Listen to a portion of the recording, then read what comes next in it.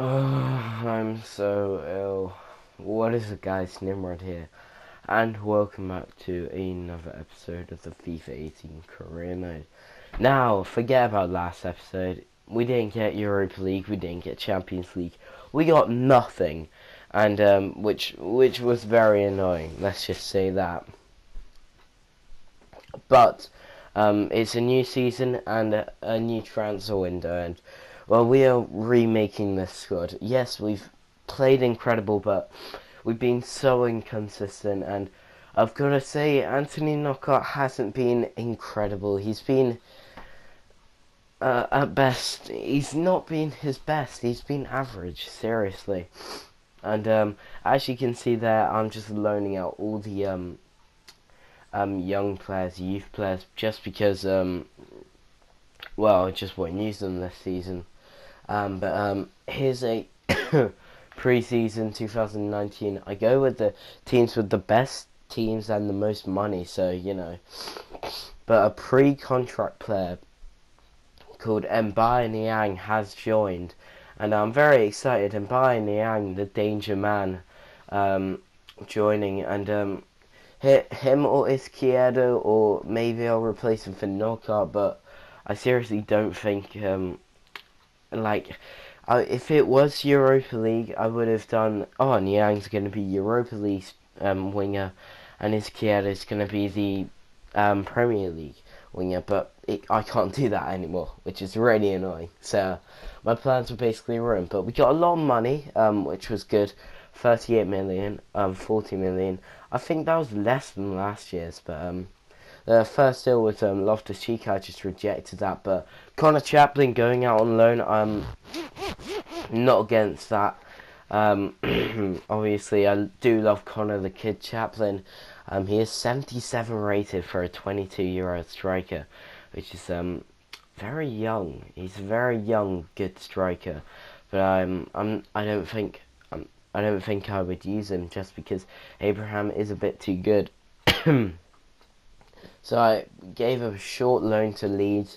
Maybe he will become like top scorer in the championship, as he is very high rated, very young for a championship side, and has got an ex Premier League team. But our first game is against Wolfsburg, and this is our young team. So Chaplin could play his last game of the season, of the year for Brighton, because he would be coming back in January, back in 2020. Maybe could be chosen for the Euro 2020 squad for England. I don't know if it's in England or not. I swear I read something that it was in England, but I don't know. I don't know where it is. But Everton going for Anthony Knockout, and which was very surprising. But I asked for 20 million, and they got outraged. I was like, what? I would say he is a 20 million striker, but it's just EA and how their transfers don't really work. Because, like, you see Mbappe going to Chelsea for about 50 million, when in real life he would go to PSG or Real Madrid for 150 million. So, yeah, a Knockout would be worth like 30 million or 20 million in the transfer market. But Knockout does actually score against Roma, so trying to prove that he shouldn't be gone. I'm not against selling him, as I have said a lot. I'm not against selling Knockout. But Izzy Brown didn't really have a great season either last year. Did score some important goals. That one against Bournemouth did top the lot, you know, tapping. But nonetheless, it was very important. And again, one of my super sub squad, a part of my super sub squad. So could loan him out to Leeds, like call up Leeds. Oh, do you want to have Izzy Brown as well? You know. If you pay like all his wages, you can take him on a short loan with Connor Chaplin, because those two are best friends, Connor Chaplin and Izzy Brown, as they do pretty much come on at the same time. So yeah, but Max Hendricks as well. We need to have a chat about him. Will he play more this season? Of course he will. He is. He's got 2 goals, 2 assists in 6 games last year. all of them he basically came on. The only one when he got 1 goal and 2 assists was against Leeds when he started it. So, you know, if you start a game and get 1 goal and 2 assists,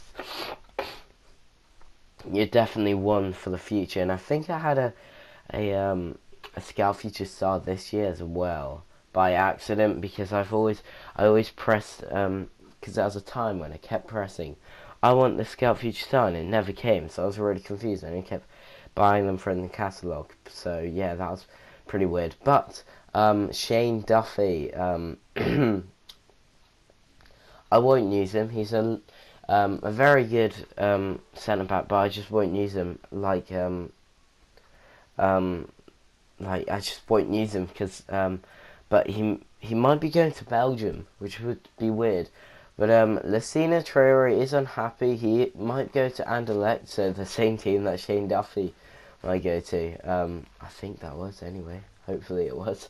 But I also accept to go to Cardiff, but he does choose Anderlecht in the end. But Ruben Loftus-Cheek is a wanted man, as he did completely change the team last year, as you did see if you watched when he came back. We were a completely different side, playing the 4-3-3, and yeah, we were a complete different side. But he started making Tammy Abraham score, and he got Tammy Abraham Player of the Year in the Premier League. Not too sure how Abraham got Player of the Year in the Premier League.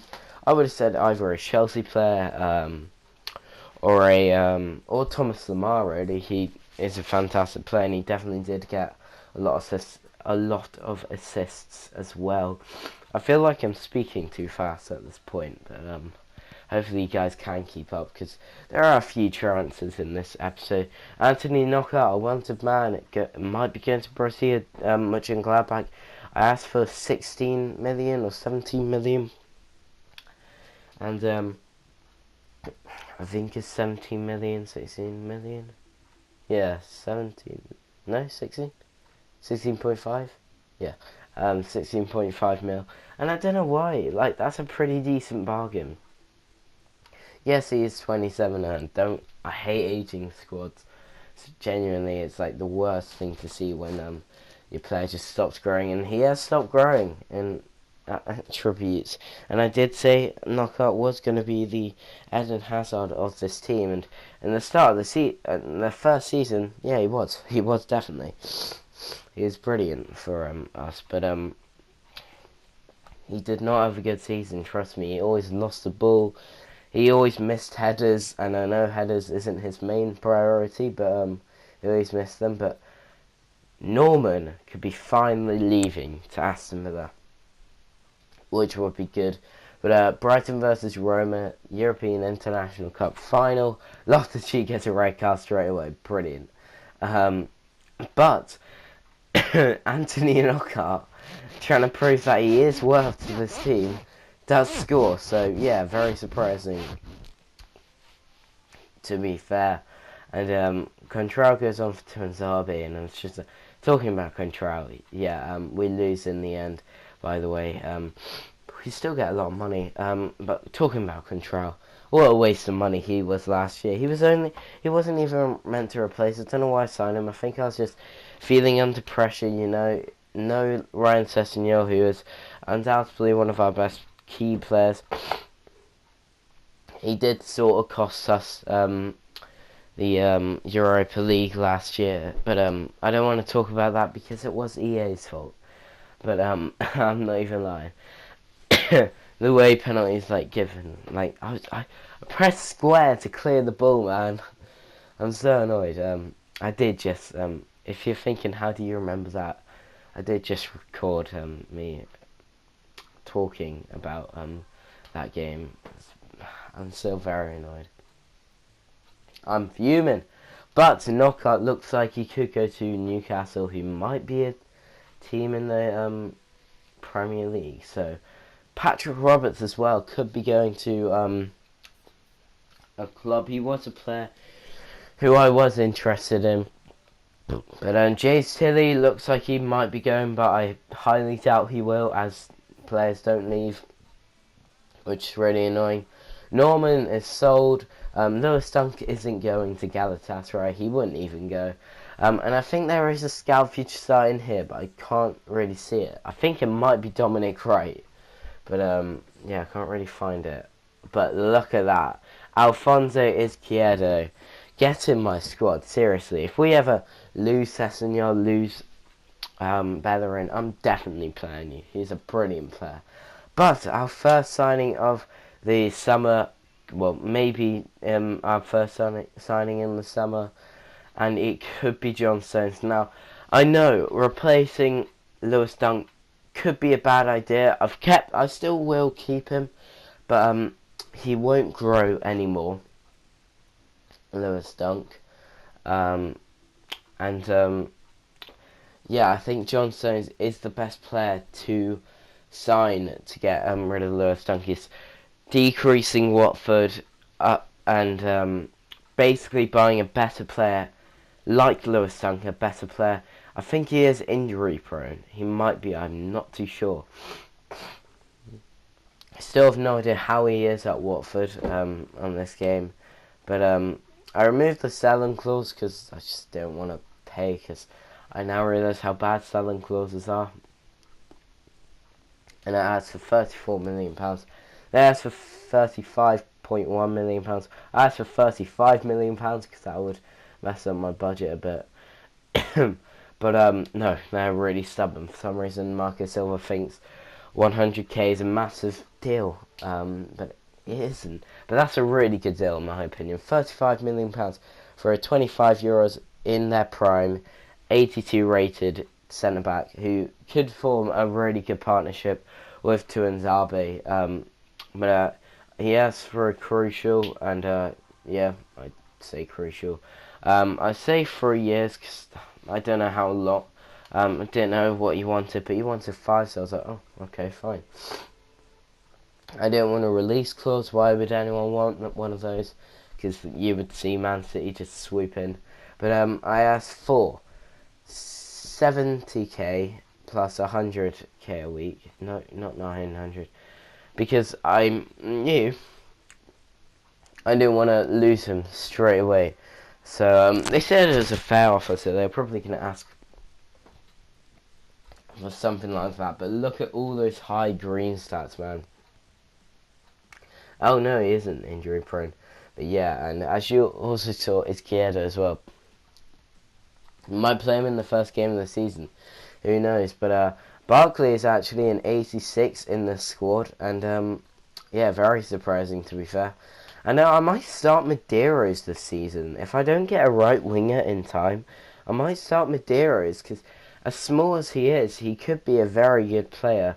Or I might play Bellerin there and then buy a right back, or play Izquierdo, you know, the youth Izquierdo from Portugal. I might play him there. Who knows?